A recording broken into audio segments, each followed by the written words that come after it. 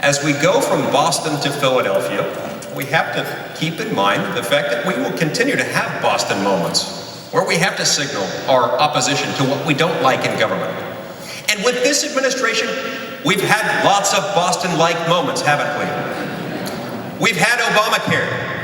We've had Benghazi. We've had an IRS that's targeted conservative groups. We've had Fast and Furious, and the list goes on and on. Let me be clear, we must never back down from our Boston moments, nor will we. But we do have to keep in mind what it is that we want out of our government. And I think we can draw some parallels to a more recent history in America, a history that relates to our own party, the Republican Party. In 1977, the Republican Party was in a state of what some would call disarray. The party establishment had been discredited by political failure and by policy failure that had stretched over the course of many decades. These related to both domestic and foreign policy failures.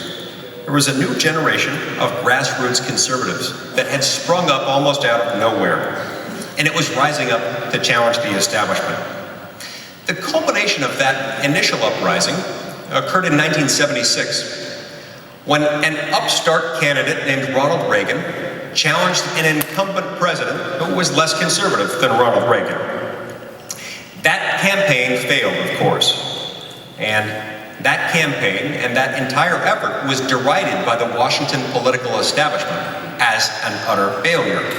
In fact, they called it a foolish civil war of sorts within the Republican Party, one that had served only to elect more Democrats.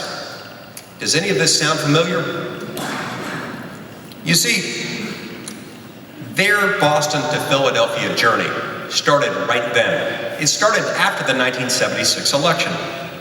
It was what happened between 1976 and 1980, the hard, heroic work that went into defining what it is that we as a party would stand for that made all the difference.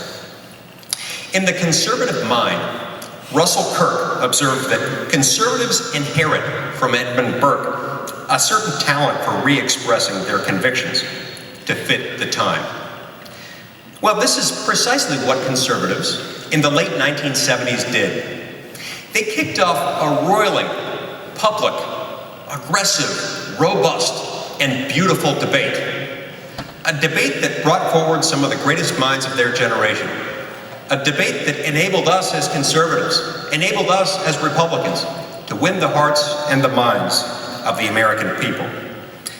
Together, it was that generation of conservatives that transformed a movement. And they did it in a way that was partly Boston style. They were, of course, anti-statist, anti-communist, and anti-establishment. But they also went beyond Boston-style fighting, and they identified the kind of government that they wanted. In addition to being anti-establishment and anti-communist, anti-statist, they were also a pro-reform movement. Contrary to the establishment's complaints, conservatives in the late 1970s did not start a civil war. They started a mostly civil debate. Because of that competent and deeply conservative choice, that is, to argue rather than quarrel, to persuade rather than simply fight, the vanguards of the establishment never knew what hit them. The bottom line was that in 1976, the conservative movement found a leader. They found that leader in Ronald Reagan. He was a leader for the ages, and yet it still failed in 1976.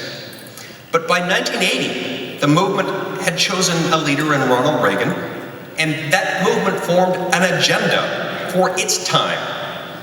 And only then did it succeed after it had adopted that agenda.